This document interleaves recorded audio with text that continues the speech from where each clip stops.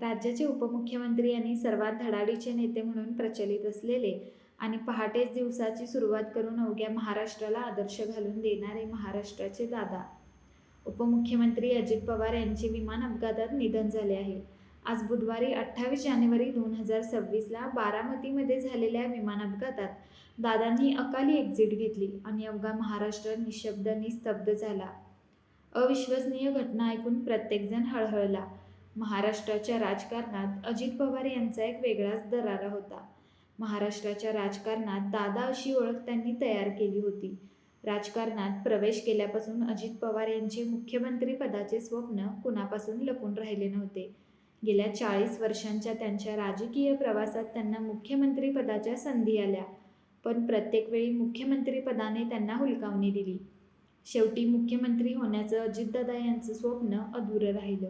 शरद पवारांसारख्या सलग 50 वर्षांहून अधिक काळ सक्रिय राजकारण करणाऱ्या मुरब्बी चाणाक्ष नेत्यांचा पुतण्या एवढ्या पुण्याईवर एखाद्याने आयुष्य आरामात जगलं असतं. शरद पवारांचं बोट धरून राजकारणात आलेल्या अजितदादांनी अल्पावधीतच स्वतःची चुणूक दाखवली. नेता होण्यासाठी घरात परंपरेने असलेलं नेतृत्व कामाचं नसतं, त्यासाठी स्वतःमध्ये कर्तृत्वही असावं लागतं. सोसायटी, ग्रामपंचायतपासून विधिमंडळापर्यंत राजकारण करणं, त्यावर पकड ठेवणं ही सोपी गोष्ट नाही. अजितदादा त्यात माहीर होते. आजच्या काळात ग्रामसेवकापासून राज्याच्या प्रधान सचिव स्तरापर्यंतच्या प्रशासनावर पकड असलेल्या अजितदादांशिवाय दुसरा नेता नाही. संसदीय राजकारणाची सभ्यता, शिस्त असलेला राजकारणी व प्रचारसभेतून कोट्या करून मिश्कील वक्तव्य करणारा नेता.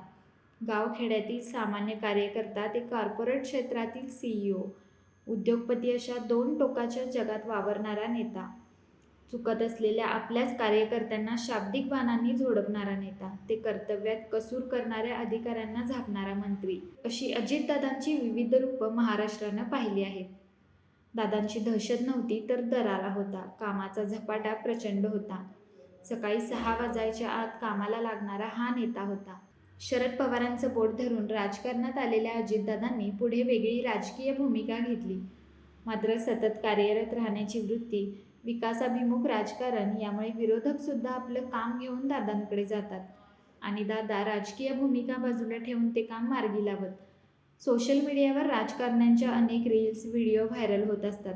अजितदादा यांच्या रील्स आणि व्हिडिओला सर्वाधिक व्ह्यू आहेत. शाब्दिक कोट्या, मिश्कील वक्तव्य करणारा, पत्रकारांच्या प्रश्नावर हजरजबाबी उत्तर देणारा आजच्या काळात दुसरा राजकारणी नाही. एक रांगडागडी, एक सुसंस्कृत राजकारणी, प्रशासनावर पकड असलेला नेता आता आपल्यात नाही.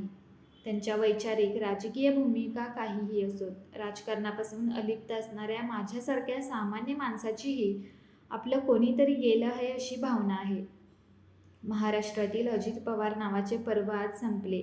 धडाडीचा लोकनेता, जनमानसात कायम रमणारा महाराष्ट्रातील राजकारणातला दादा अजित पवार यांच्या मृत्यूनंतर अख्खा महाराष्ट्र शोकाकुल झाला आहे.